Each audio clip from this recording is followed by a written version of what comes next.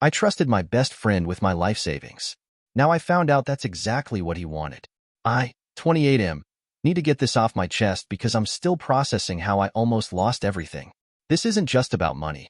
It's about trust, manipulation, and how someone I considered my best friend for over 15 years nearly destroyed my life. Typing this out makes my hands shake, but I need to share this to warn others and maybe finally start healing. It started 6 months ago. I had just gotten a promotion at my software engineering job, moving up to senior developer with a salary bump to $145,000.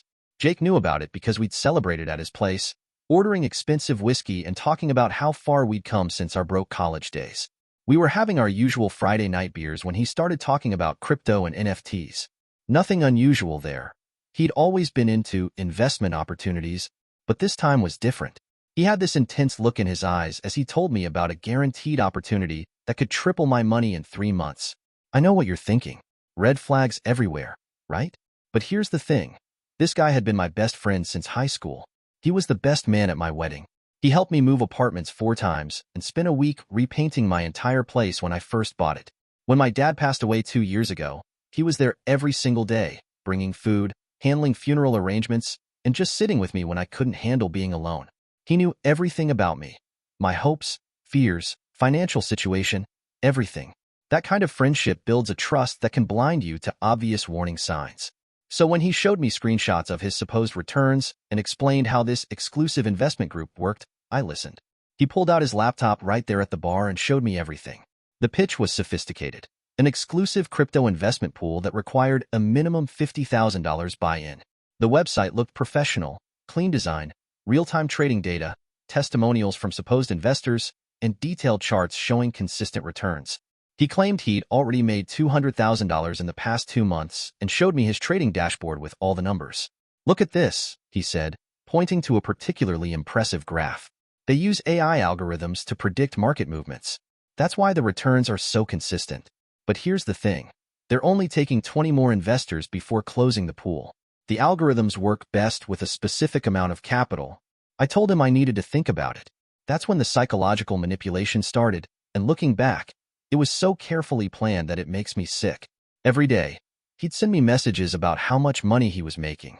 Screenshots of his supposed gains would pop up in our chat. Holy shit, made $15,000 today. Or, another 12% return this week.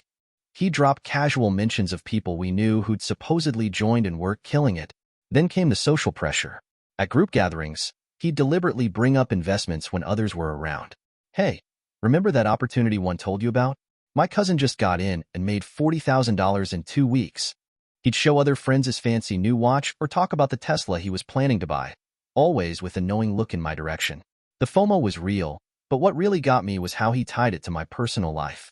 Man, imagine being able to buy a house without a mortgage, he'd say, knowing my wife and I had been saving for a down payment. You could give her the life she deserves. He even brought up my dad once, saying, "Your dad always wanted you to be financially secure. This is the kind of opportunity he would have wanted you to take." After 2 weeks of this constant pressure, I agreed. I took out a personal loan for $30,000 and added $20,000 from my savings. When I told my wife, she was immediately skeptical. We had our first major fight about it. This doesn't sound right. She kept saying, why would they only want 20 more investors? Why the rush? But I convinced her by showing her Jake's proof and reminding her how long we'd known him, how he'd helped us through tough times. He's family, I said. He wouldn't screw us over. God, I want to punch myself for not listening to her. The first month seemed great. The dashboard showed my investment growing steadily. I could see the transactions happening in real time, complete with detailed logs and analytics. Jake was already talking about the next round of investments, suggesting I consider taking out a home equity loan to maximize returns. He'd send me links to luxury real estate listings, saying things like, this could be your next home. Just need to get in on the next investment round. Then things got weird.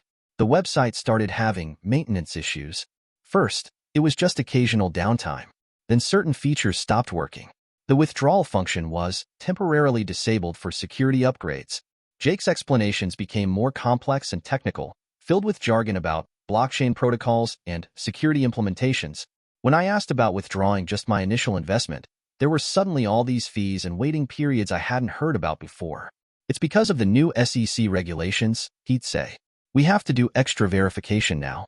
But don't worry, it's just temporary. Every time I pressed him, he'd send more screenshots showing how much money we were supposedly making, always with a message like, "Would be crazy to pull out now when we're making this much." That's when I started digging. Really digging. I took a day off work and spent it going through everything Jake had ever told me about investments. I reached out to mutual friends, including people who drifted away from our friend group over the years. And that's when the pattern emerged, and it was terrifying. 5 years ago, he'd convinced our friend Mike to invest in a guaranteed return real estate venture. The story was similar: exclusive opportunity, limited time window, consistent early returns shown through a professional-looking platform. Mike lost $20,000 and stopped hanging out with our group shortly after. At the time, Jake had told everyone Mike was just bitter about a business deal gone wrong. 3 years ago, it was a revolutionary startup with Sarah from our college group. She lost $15,000 on what was supposed to be a pre-IPO investment opportunity.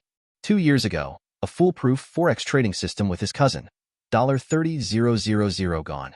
Each time, the pattern was the same: exclusive opportunity, time pressure, show of early returns, then technical issues and complications when people tried to withdraw. The most chilling part? Jake had meticulously moved on to new friend groups after each scam, but kept a few people around who hadn't invested to maintain his reputation. He'd used these clean friendships as social proof for his next targets. It was all so calculated that it made me physically ill when I realized it.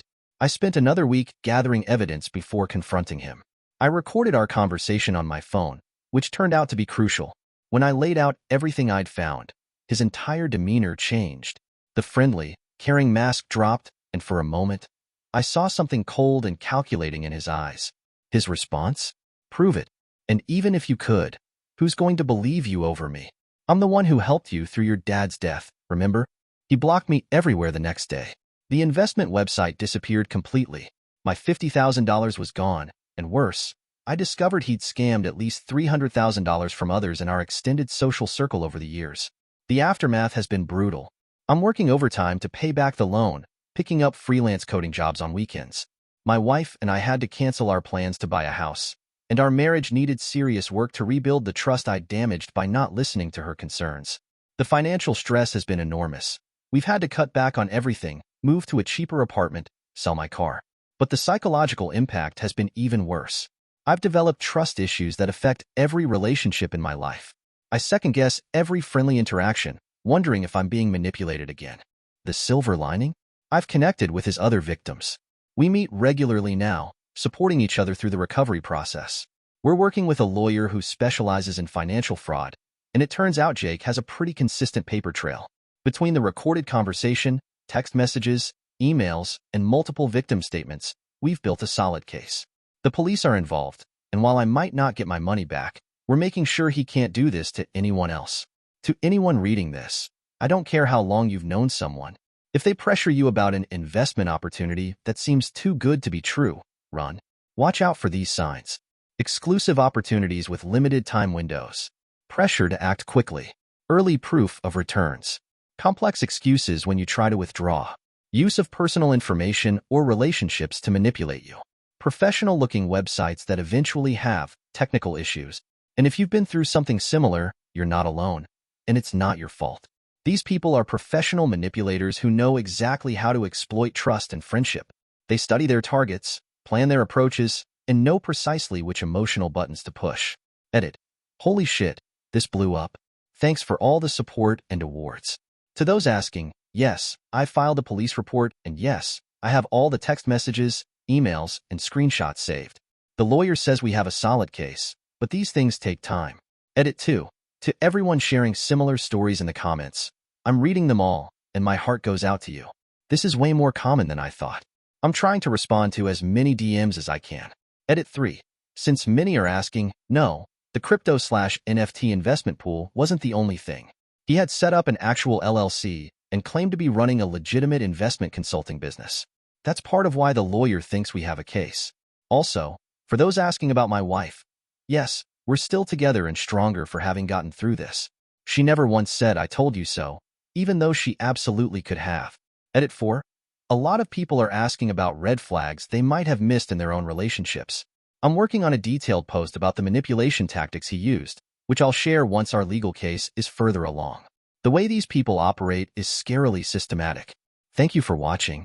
If you enjoyed this story, please hit that subscribe button. Don't forget to give it a thumbs up and share it with friends or family who might enjoy it too. Your support means a lot. And if you have any thoughts, questions, or story ideas, drop them in the comments below. I'd love to hear from you. See you in the next story.